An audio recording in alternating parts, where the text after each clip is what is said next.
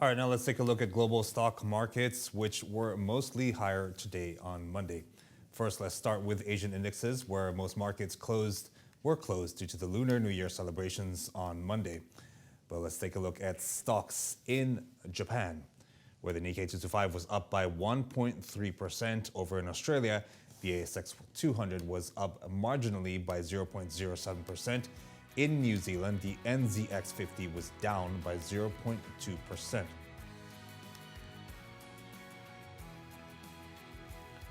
The markets in the Asia Pacific were higher on Monday. However, most of them were closed for the Lunar New Year holidays. Shanghai markets are shut for the whole week.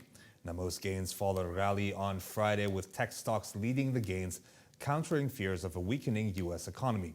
With that, let's now move on to the United States, where major averages closed in the green last Friday. As we know, U.S. markets have yet to open, but these are the numbers on Friday Eastern Time, January the 20th. The Dow Jones Index up by 1%, S&P 500 also up by 1.8%. Meanwhile, the tech-heavy NASDAQ up the most by 2.66%. Well, major averages rallied to finish the week, with the NASDAQ leading the others with a 6.44% year-to-date gain. Investors have been weighing the possibility that the Fed is getting ready to slow the pace of rate hikes, as economic data last week showed a decline in wholesale prices and retail sales.